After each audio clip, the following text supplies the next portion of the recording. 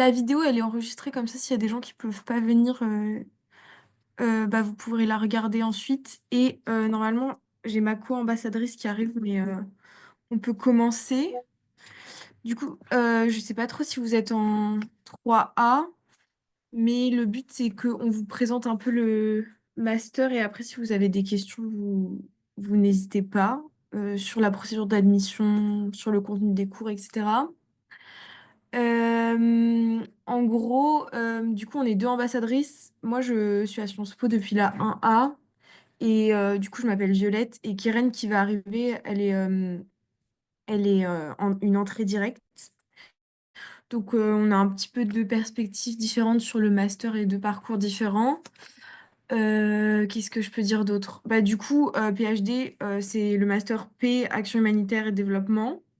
Donc, ça veut dire que on étudie principalement trois domaines qui sont tout ce qui va être construction de la paix et médiation de conflits, tout ce qui va être action humanitaire d'urgence, donc en cas de catastrophe, crise climatique, conflit, voilà, et tout ce qui est enjeux de développement. Donc, ça, c'est des enjeux, enfin, de développement sur le long terme, donc développement social, économique, etc. Euh, et donc, traditionnellement, c'est perçu comme un master de relations internationales et c'est le cas avec les autres masters de RI à Sciences Po qui sont SIGRE et PhD. Mais la particularité de PhD, du coup, c'est que ça va être un master plutôt tourné solidarité, coopération et que de plus en plus, on met l'accent sur bah, à la fois des débouchés à l'international ou dans les relations internationales, mais à la fois aussi des débouchés, pourquoi pas en France, parce que du coup, les enjeux d'humanitaire et de développement, bah, ils sont aussi présents sur le territoire français. Et donc, les principales débouchés que vous devez avoir en tête, c'est déjà tout ce qui va être travail en ONG, national ou international. Tout ce qui va être diplomatie, par exemple, il y a beaucoup d'alumni qui vont après aller travailler pour le MEAE en ambassade ou à Paris, mais ça peut aussi être la diplomatie des villes, donc par exemple travailler dans des services des relations internationales dans des villes ou dans des régions, donc plutôt au niveau collectivité territoriale. Ensuite, vous pouvez travailler à l'échelle européenne aussi, parce que l'Union européenne a par exemple une branche qui s'occupe de tout ce qui est aide humanitaire, coopération. Après, il y a tout le système onusien, bien sûr, c'est des débouchés aussi. Euh, et puis, bah, en Europe, vous avez par exemple UNICEF, UNESCO, je sais qu'il y en a pas mal dans notre parcours qui font des stages dans ces institutions-là parce que c'est plus facile que d'aller à New York, par exemple. Et après, il y a aussi tout l'aspect travailler dans des think tanks et travailler dans le plaidoyer aussi. Je pense que j'ai fait un bon tour des débouchés. N'hésitez pas si vous avez des questions entre-temps. Et sinon, après, pour parler du contenu du master en soi, donc c'est M1, des cours assez transversaux, surtout au premier semestre, où du coup on va lier les trois domaines que je vous ai présentés avec les enjeux liés au genre, aux migrations, à l'environnement. Par exemple, le premier semestre, on a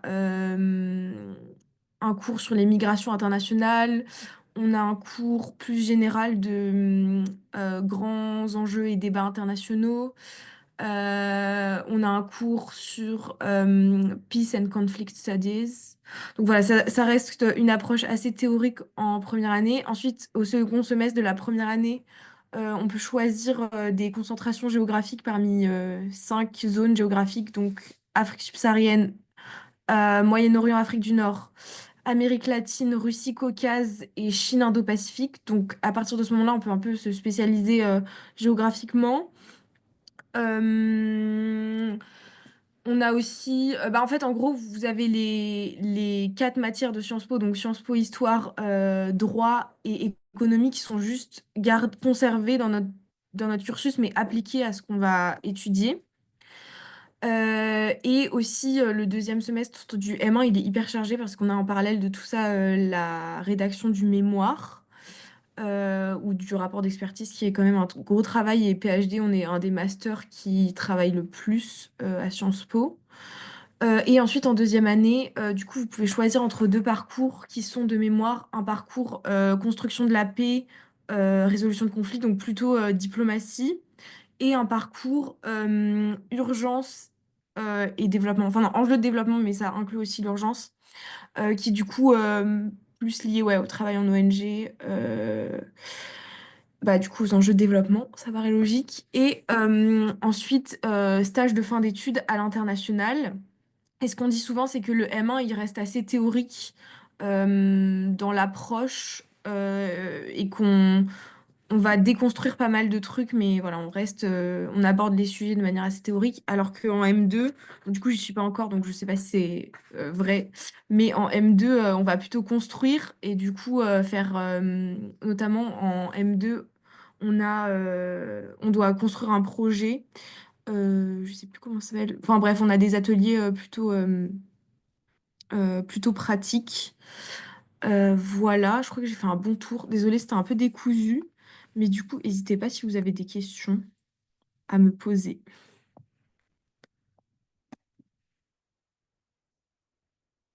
ou pas.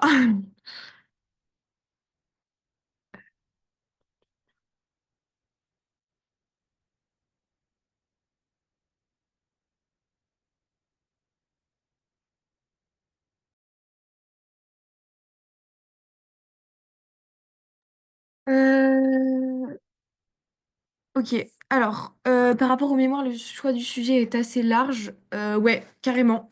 Euh, Bah, globalement, les gens dans le master, ils prennent des sujets qui sont un minimum liés à ce qu'on étudie, mais vraiment, c'est hyper libre le choix du mémoire. Il me semble pas connaître de personnes qui se sont fait refuser leur sujet. Enfin, en fait, les profs peuvent vous orienter en vous disant, bah, par exemple, ce sujet, il a trop été étudié ou l'approche que tu utilises, elle n'est pas pertinente, mais en tout cas, en termes de thématique, vous êtes complètement libre. Je sais pas si pour vous donner des exemples. Nous, dans ma promotion, il y a beaucoup de monde qui est intéressé par les migrations. Donc, il y a pas mal de monde qui travaille sur, par exemple, Frontex, le pacte sur les migrations de l'Union européenne. Mais il y a aussi des gens qui vont travailler sur l'aide française au développement, sur la crise au Sahel. On a aussi un pan de la promo dont je fais partie qui travaille pas mal sur les enjeux environnementaux. Euh, donc par exemple, moi, je travaille sur l'extraction du sable. Il y a quelqu'un dans ma classe qui travaille aussi sur tout ce qui va être justice climatique. Ouais, donc là, je vous ai donné un peu un aperçu détaillé. Il va y avoir des sujets plus diplomatiques aussi.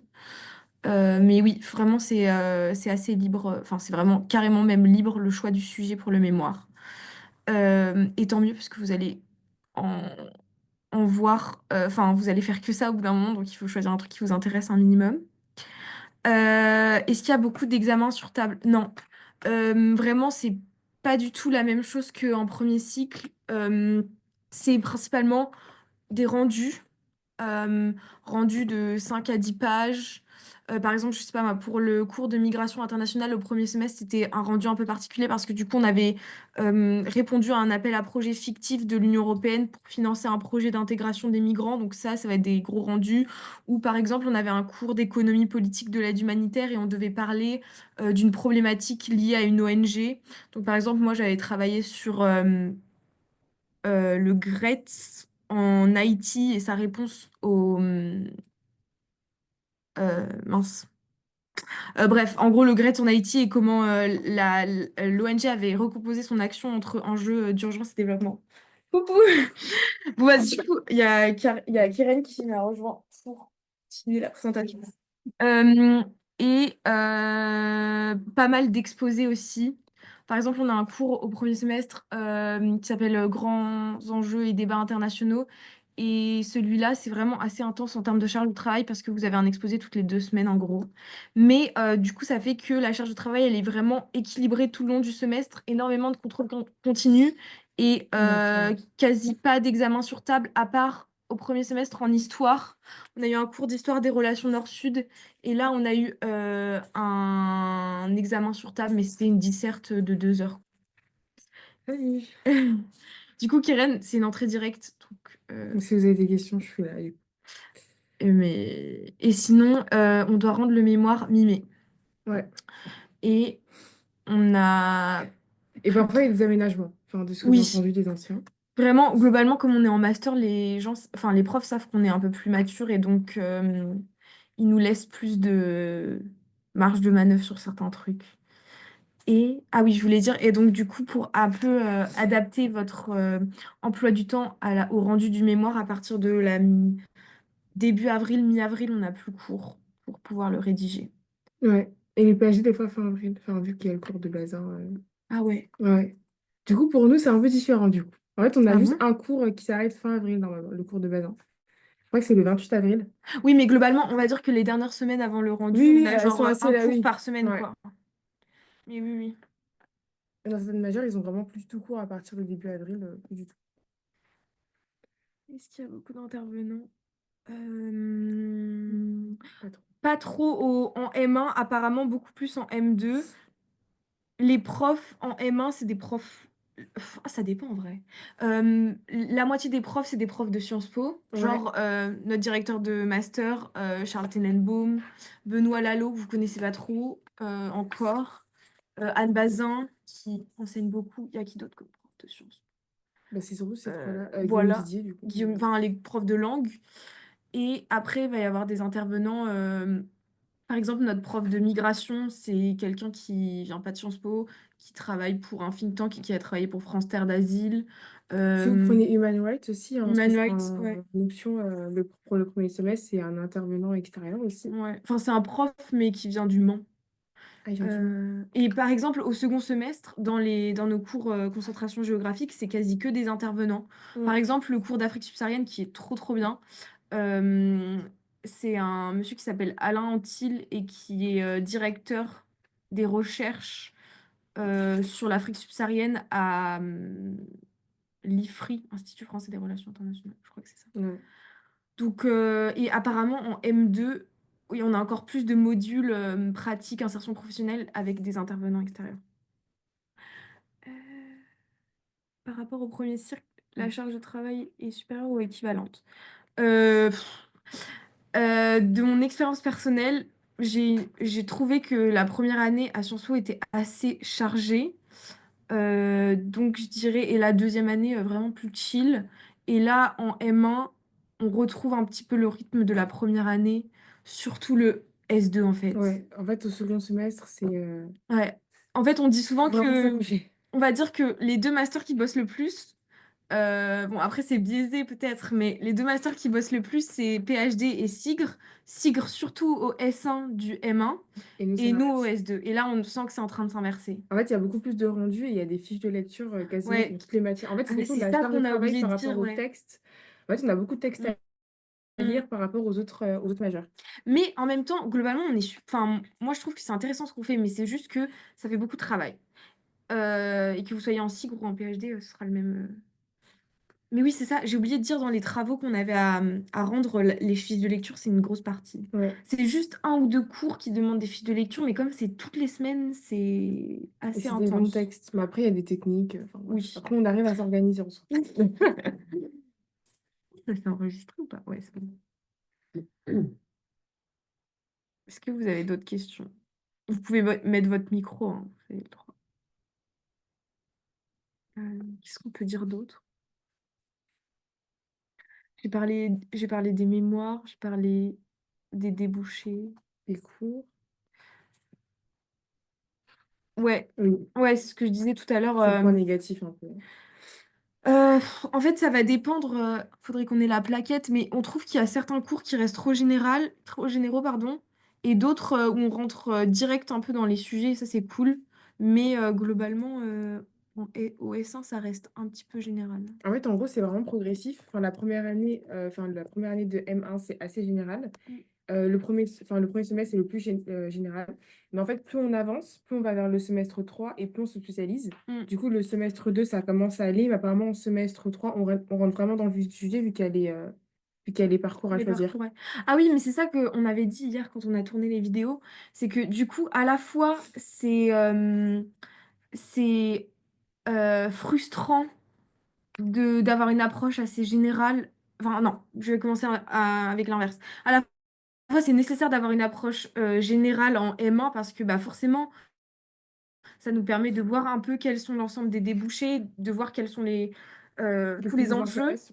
Mais à la fois, du coup, ça veut dire, ça devient assez rapidement frustrant parce que si vous vous dites, je sais pas moi, par exemple, j'ai envie de travailler dans les programmes environnementaux, et bah du coup, il y a des trucs où on se dit, ah bah ça, j'aimerais bien creuser, mais en fait, on reste trop enfin, en surface. Et en même temps, c'est nécessaire parce que ça nous permet de nous présenter l'ensemble des enjeux et du coup, de se dire, ah bah, je sais pas, moi j'avais Mm. mis ça dans ma lettre de motivation, mais en fait, c'est plutôt ça qui m'intéresse.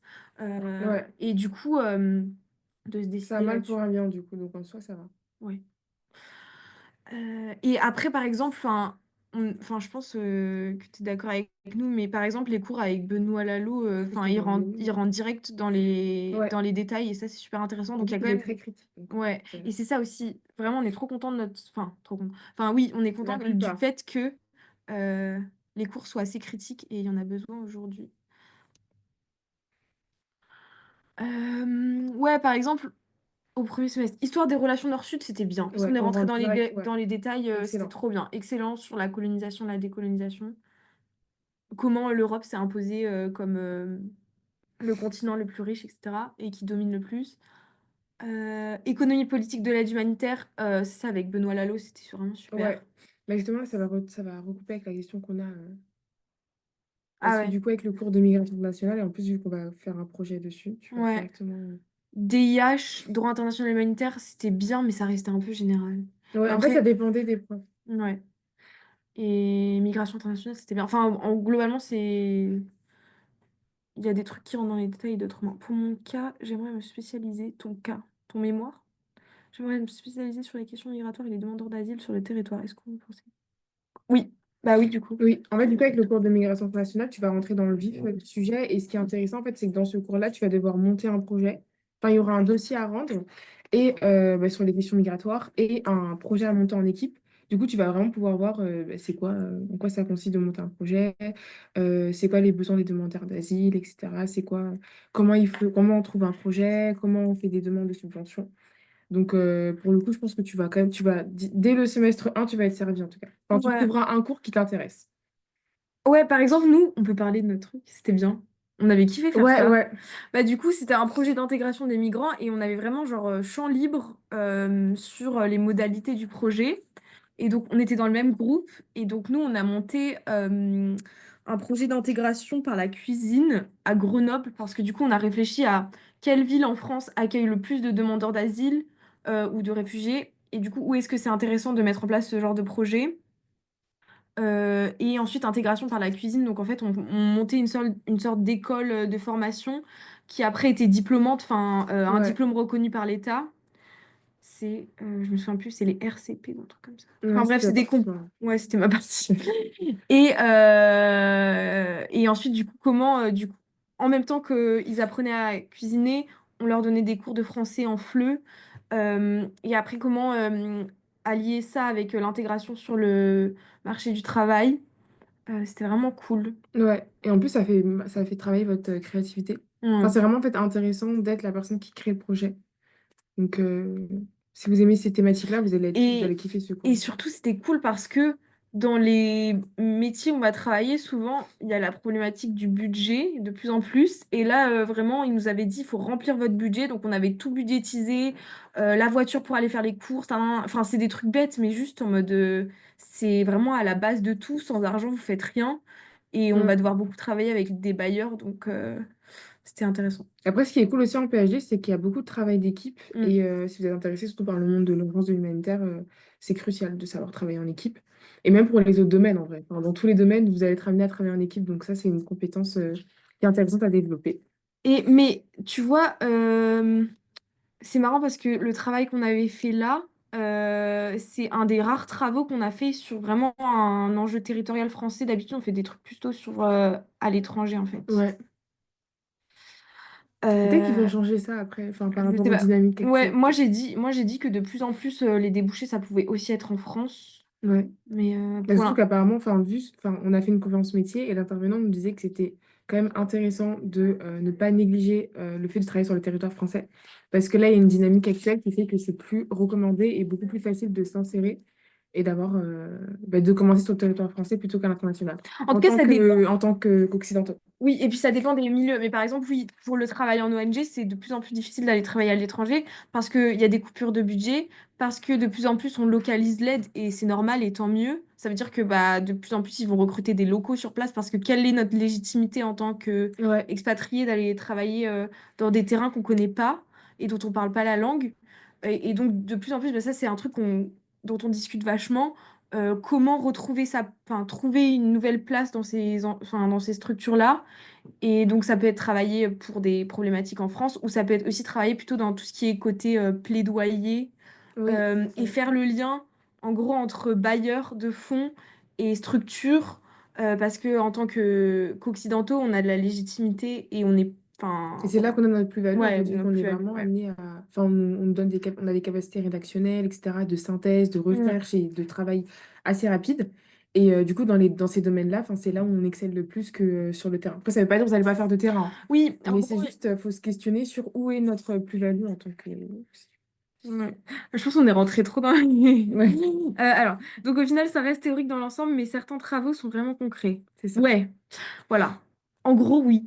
Et en gros, plus tu t'avances dans le master, plus les travaux demandés seront concrets. Par exemple, au second semestre. Enfin, au second semestre, on va dire que les travaux demandés, c'est des travaux assez scolaires, genre exposés, rendus, etc., mais qui rentrent plus dans la précision des Mm, sujets. mm. Et après, dans ce cas, faut pas hésiter à aller voir les professeurs, même les intervenants extérieurs, quand vous avez des sujets qui vous intéressent vraiment, parce qu'ils peuvent vous recommander des livres, des associations. Donc en soi, si vraiment tu veux travailler sur un sujet et commencer à te spécialiser dès ton M1, donc non seulement il y a le mémoire, mais à côté, tu peux vraiment demander au prof de te donner des lectures et tout, et il y a pas de souci. Mm. Et la différence entre un mémoire de recherche. Mémoire de recherche, c'est ce que la majorité des étudiants font. Donc c'est entre 80 et 120 pages et c'est vraiment une espèce de d'énorme dissertation en fait. Ouais. Ensuite, rapport d'expertise, En fait, là, tu fais des recommandations un peu. recommandation pour une institution, c'est plus court. Mais c'est beaucoup plus technique aussi. C'est beaucoup plus technique, mais voilà, c'est comme si tu faisais un rapport d'évaluation quoi. Ouais. Et ça peut être pour une organisation que tu trouves ou ça peut être fictif aussi. Ça, je savais pas avant de Ah, cette ça peut année. être fictif. Ouais, ça peut être fictif. Et Bachelorarbeit, c'est l'équivalent du mémoire, mais pour les FIFA. Et du coup, comme ils sont en troisième année, mais en M1, c'est plus court que nous, c'est 40 pages. Ouais. Et c'est en allemand et en français. Donc c'est très rentable Mais d'être en si FIFA. vous n'êtes pas en FIFA, ça ne vous concerne pas. Euh, voilà. Que dire d'autre. Euh, Ils sont combien? juste nous deux plus trois personnes. Ah, Bah, enfin, je sais pas si vous avez d'autres questions, genre, ah oui, si, un truc qui est cool, c'est l'ambiance de classe. ouais, Honnêtement, enfin, ça en c'est. vrai, je pense qu'on est le master qui a la meilleure ambiance. Je sais pas si c'est notre promo parce qu'on est trop cool ou si c'est tous Ouais. les ans, Après, je mais pense que c'est l'esprit PhD parce que vu que je ouais. suis une entrée directe, quand je discutais avec les anciens du master, ça revenait beaucoup sur le fait que l'ambiance de classe était un point positif. Mm. Ben, je pense surtout qu'on est le seul master qui organise des événements à l'extérieur aussi souvent. Ouais. On fait beaucoup de Et cafés, beaucoup de soirées entre nous. ouais, et surtout notre année, et je pense que ça va être ça aussi les années suivantes, on a énormément de double filières. Genre, moi, j'étais en filière générale depuis la 1A à Sciences Po, et je crois que sur 40 on n'est que 10 à être filière générale depuis la 1A à Sciences Po. Donc, en fait, il y a vraiment genre une grosse diversité de profils, et c'est trop bien. Il y a pas mal d'entrées directes aussi. Pas mal d'entrées directes cette année, ouais.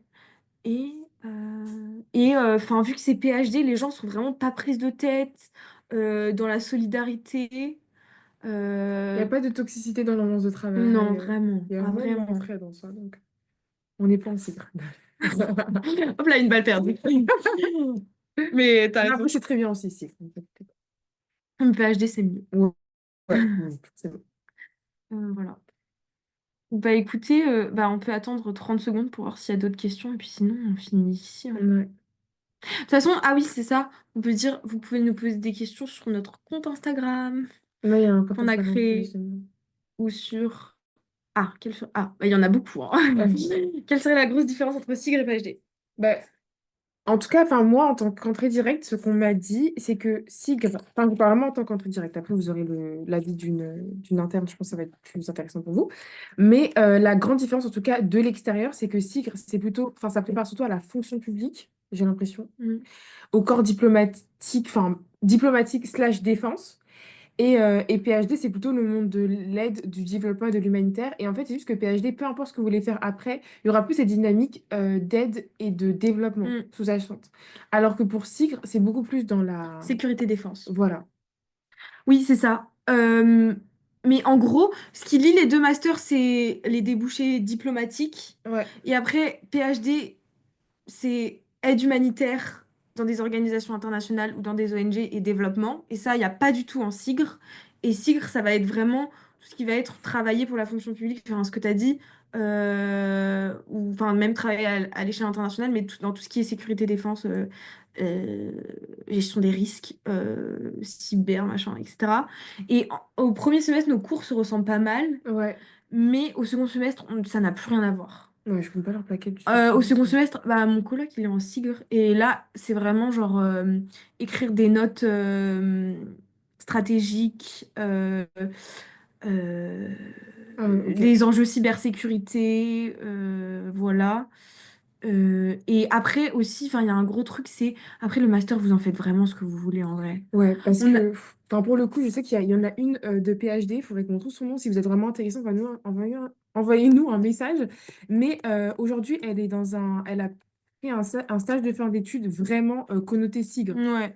pour le coup. Dans, en gros, c'est, si je me trompe pas, c'est en ambassade Ouais, à Djibouti. à Djibouti et côté Défense un peu. défense dans le. Enfin, en gros, elle est auprès d'anciens militaires, enfin, de militaires qui travaillent pour l'ambassade de France en Djibouti. Et même, je sais qu'elle était en concurrence avec un garçon qui avait fait SIGRE et celle qui a été prise au final.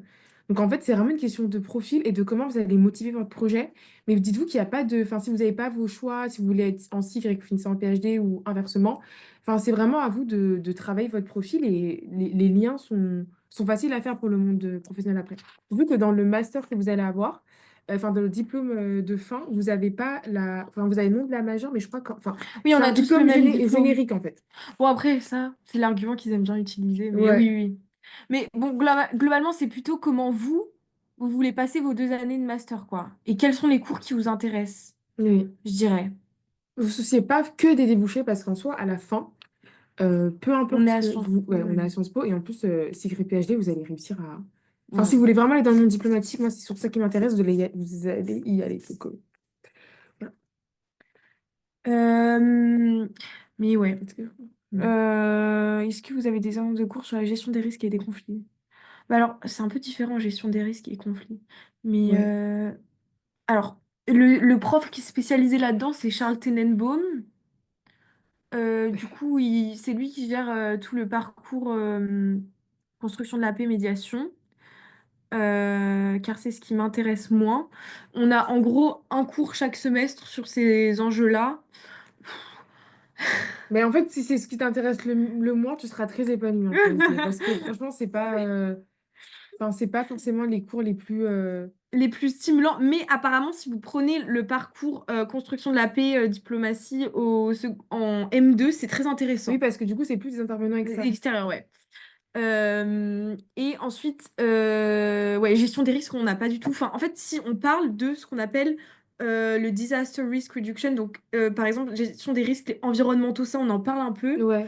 En avec fait, Benoît Lalo, mais gestion des risques, vraiment genre risque, on l'entend, risque sécuritaire, machin. Côté SIGRE, on fait pas du tout ça, nous, hein. ouais. Je sais pas si c'est clair. Et par exemple, le cours guerre et paix, déjà, c'est un cours d'histoire, histoire de la guerre à la paix. Je pense que c'est celui-là dont tu Ah oui, parles. ouais, parce que je me dis, mais de quel cours Et il est super intéressant. Et ça, on va vraiment étudier. Mais euh, encore une fois, c'est vraiment pas le côté sécurité défense, non, quoi. vraiment En pas. fait, Non. on s'intéresse en fait aux soldats, à l'après-conflit, à la La réinsertion, réinsertion, etc., à tout l'aspect pacifier les psychologique. sociétés. Ouais. Donc c'est vraiment de la sociologie de guerre, sociologie des sociétés. C'est pas vraiment, c'est pas le côté hyper militaire. Ouais, ouais, non, vraiment pas. Ouais. Est-ce qu'il y a d'autres trucs qu'on n'a pas dit dans la plaquette? Ah si, voilà, au M1, vous choisissez un cours sélectif parmi trois. Mais globalement, c'est pas les cours les plus intéressants de la plaquette. Ensuite, vous avez toujours les deux Les langues cours sont vivantes intéressants, les obligatoires. cours sont intenses. Ça dépend lesquelles. Ouais. Et ça dépend si, bon, après là, il n'y a que des internes, mais je sais que pour les entrées directes, on est moins stimulé par les cours. Parce qu'en fait, quand tu as été en fac avant pendant 3 ans et que c'est des cours hyper techniques avec beaucoup d'exigences, ben forcément, tu as plein d'informations dans 3 heures de cours, quoi. Et à Sciences Po, c'est beaucoup plus light. Donc, donc les entrées directes, en général, ils sont moins stimulés. Enfin, de ce que moi, j'ai entendu. Ouais, et pour les gens de Sciences Po, comme vous revenez de la 3 où vous n'avez pas fait grand-chose, si vous êtes stimulé, Ouais, euh, et en vrai, globalement, on est satisfaite de nos cours. Parfois, il y a certains cours dans la plaquette où on se dit c'est dommage parce qu'il y a du potentiel gâché et que ouais, ça sonne bien sur le papier, mais ça pourrait être mieux exploité et c'est souvent à cause bah, du du prof. prof, hein. Mais globalement, on est assez satisfait de notre master. Et enfin, c'est assez épanouissant en fait les travaux qu'on rend aussi. Ouais. Euh, Mais du coup, à la fois tu dis c'est pas très stimulant pour certains cours et je suis d'accord avec toi, mais à la fois vous avez beaucoup de travail. Oui, voilà. En fait, Donc c'est juste que pas c'est. stimulant ne veut pas dire pas de travail, hein. Oui, voilà. C'est juste que, par exemple, des fois, ça va être beaucoup en surface. Par exemple, le cours qu'on a lundi avec Charles sur les conflits, sur paix et conflit, là, le cours qu'on a Ouais. avec Charles, par exemple, Puis c'est c'est très en surface. ouais. Mais si vraiment vous êtes très intéressé, ben, vous pouvez vraiment vous plonger à fond dans les lectures, etc. Donc après, c'est à vous aussi d'approfondir Mm. si vraiment ça vous intéresse. Et les profs sont-ils exigeants vis-à-vis de la notation et de la charge de travail? La notation, non. Ils sont Honnêtement, très cool, hein, franchement. c'est pas du tout comme au premier cycle où à chaque fois que vous rendez un truc, ils vont, enfin à chaque fois que vous faites un truc, ils vont vous le rendre au bout de 2, 3 semaines et annoncer les notes de la classe. Parce que là, enfin, il y a des cours, on sait pas du tout quelles Ouais, notes on a. Enfin, faut la vraiment plupart de nos attendre cours, le relevé, hein. Enfin, ils vont pas forcément te dire par mail. vraiment. Donc, la notation, pas très exigeant, mais il faut vraiment bien faire son travail quand même. Enfin, voilà Oui, quoi. voilà. C'est plutôt respecter les deadlines qui va être l'enjeu parce que parfois vous Ouais, allez avoir plusieurs trucs à faire en même temps et la charge de travail, bah, ça dépend des cours. Il y a des cours où il va vraiment pas y avoir une grosse charge de travail, genre un truc à rendre, un examen, ou sinon un exposé et pas de partiel. voilà, un exposé, ouais. Et il y a des cours où c'est une fiche de lecture toutes les semaines plus Des exposés. des exposés. Voilà, donc ça peut créer des semaines assez déséquilibrées, comme c'est le cas là. Par Ouais, exemple, au second semestre, on a nos grosses journées, c'est le lundi, mardi, on a énormément de trucs à faire. Et après, le reste 8h45. de la semaine, on a pour juste le matin et le reste de la journée, on est Ouais. libre. Donc en soi, vous allez arriver à réussir à travailler vos cours en soi, hein, Mm. par rapport à l'emploi du temps. Parce qu'il y a quand même, par exemple, le jeudi après-midi, si vous n'êtes pas dans des assos, vous avez tout le jeudi après-midi. Et il y a toujours au moins une après-midi ou une matinée de libre après, plus le jeudi après-midi dans la semaine. Et en vrai, au premier semestre, on était vraiment tranquille. Enfin, on a Ah oui, trouvé qu'on était. Enfin, il y avait pas du pour les. travail, mais on était tranquille. Enfin, je veux dire, on s'est jamais retrouvé dans une situation vraiment où Ouais. on était sous l'eau et Je tout. pense que ça va plutôt Le arriver au second semestre que semestre, là, on sent que c'est un peu plus surtout après tendu, les quoi. vacances, je pense que là, ça va être Ouais, ouais. très très dur. Mais c'est largement faisable. Et le fait de ne pas avoir de partiel aussi, Non, mais ça change la vie. quelle grâce. Ouais, quelle grâce. Oh. Grâce de Dieu. Du coup, bah, par exemple, pendant la pause en décembre, vous avez vraiment plusieurs semaines. Vous avez enfin, je sais pas, 4 semaines, ouais. 4 semaines, je sais Sauf si pas vous comment prenez une c'était mauvaise avant. transverse. Ah, on peut parler des transverses. Oui. Ah, ok, donc ça va parce que j'ai peur de. Mais oui, les vacances de Noël, c'est incroyable en master. Ouais. Branchez-vous vacances de Noël en master.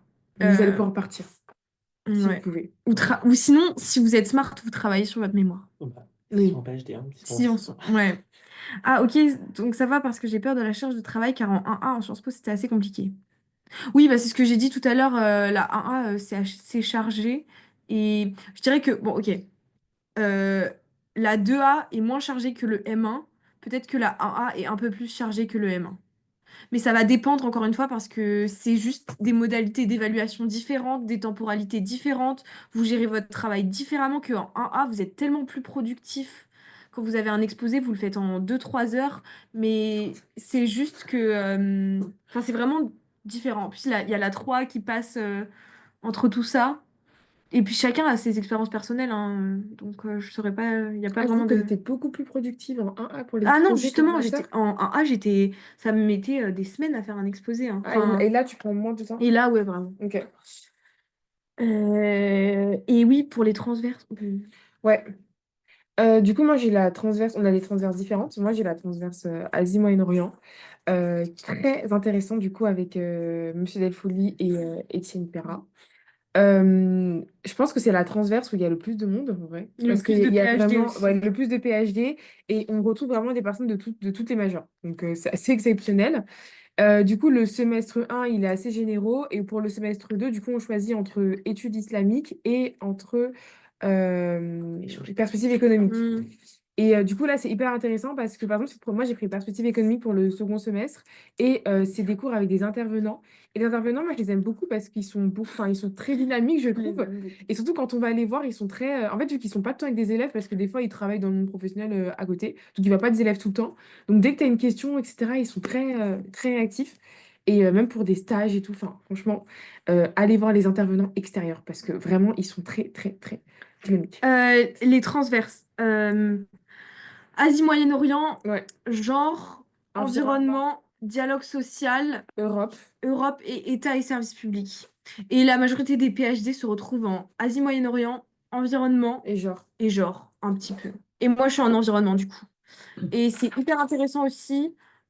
Premier semestre, on a cours avec Chouba, qui va vous demander de faire sa fameuse BD. Mais surtout là, le second semestre, et c'est pas mal parce que ça vous remet plein de trucs en tête. Et Dieu sait que sur l'environnement, parfois, en tant que Sciences Po, bah, on n'est pas forcément hyper calé sur les sujets et on n'a pas forcément la légitimité de quelqu'un qui a fait des études en sciences dures. Donc c'est vraiment l'intérêt de... Enfin, pour moi, c'était l'intérêt de prendre la transverse, d'avoir un bon point sur les définitions, etc., de maîtriser un minimum les sujets. Et ensuite, au second semestre, on a cours avec Delphine Pouchin sur enfin, du coup, c'est de l'économie, de l'écologie. Et ça, c'est vraiment passionnant. Genre, elle est trop forte, cette prof. Je l'adore. Donc, vraiment, la transverse environnement aussi, je conseille. Et surtout, enfin, c'est un sujet dont on parle de plus en plus dans notre master. Donc, ça aide aussi. Et même de plus en plus en général, hein. Franchement, le thème de l'environnement est hyper important. Commencez à vous intéresser. Et enfin, moi, je sais qu'avant, je m'y intéressais pas forcément parce que j'étais plutôt axée que sur Afrique subsaharienne. Et plus j'ai commencé à grandir, à faire des conférences, et j'ai vu qu'en fait, l'environnement, enfin, en fait, dans toutes les zones du monde, l'environnement est dedans. Oui, Donc, mais c'est une. c'est surtout que c'est une couche qui s'ajoute à Ouais. tous les enjeux, en fait. Donc, c'est Quand cool vous d'avoir des notions sur ça, Ouais, un quand peu vous plus tôt. parlez de conflit armé, environnement, quand vous parlez de développement, environnement, quand vous parlez de euh, crise humanitaire bah, à cause des catastrophes naturelles, environnement, euh, Je me enfin, parlais plus de enfin, ou lutte des, ouais, environnement. environnement. Intersectionnalité Voilà. finalement. Ok. Est-ce que vous avez d'autres questions ou on est bon? On doit rappeler tout à l'heure les différents points. Ouais, j'ai dit.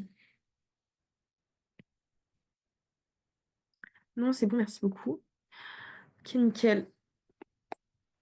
Euh, Bon, bah, on va s'arrêter là alors. Ah oui, juste bah, pour le dossier de candidature, bon courage pour ça. Et puis, vous cassez pas trop la tête avec la lettre de motivation, juste présenter un projet qui tient la route, un truc un minimum précis, parce qu'ils veulent vous voir.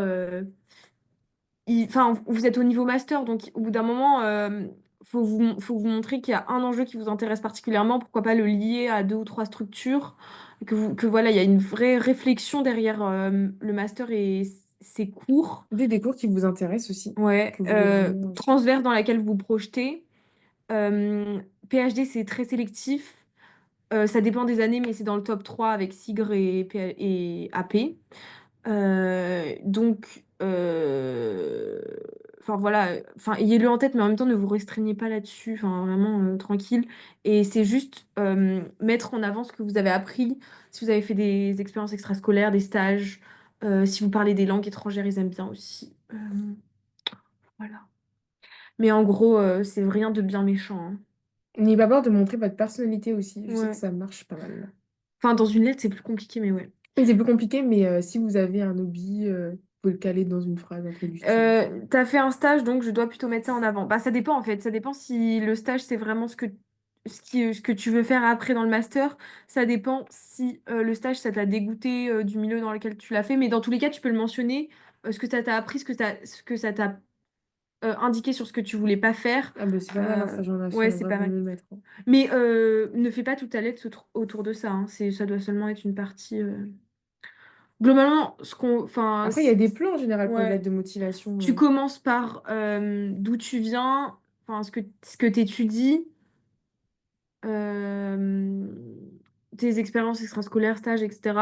Et Le dernier, c'est un peu le lien du le coup lien entre le master entre et le toi. master et toi, ouais, en Enfin, gros. pourquoi moi, le dernier paragraphe, c'est vraiment, il faut pas l'oublier parce qu'il y en a qui l'oublient et c'est hyper important parce que je pense que c'est un peu là surtout, ou enfin, c'est un peu sur cette partie-là que tout se joue. C'est vraiment le lien entre moi et le master et pourquoi moi pour ce master.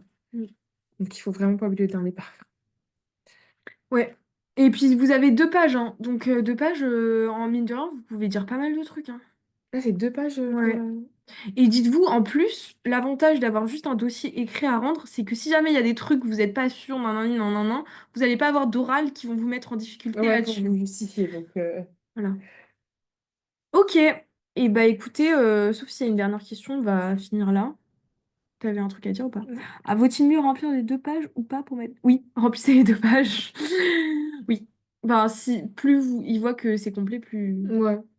Enfin, autant motiver à fond, quoi, le projet. Hmm. Après, si vous avez qu'une page et demie, ça va pas vous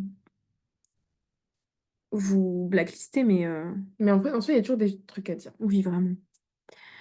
Vraiment, vraiment. Parler de la transverse, parler des cours, parler du stage de fin d'études, Parler de vos parler... engagements associatifs Hmm. ou même parler de enfin, par exemple, vous voulez arriver en master et quel asso vous intéresse en lien avec le master, que vous voulez rejoindre le Moon, par exemple. Enfin, je sais pas, mais montrez juste que vous êtes intéressé. Après, vous êtes dans l'école, donc en vrai, c'est différent que les entretiens. Mais surtout, parler, par exemple, je sais pas, moi, vous voulez enfin, commencer une LV3 en master.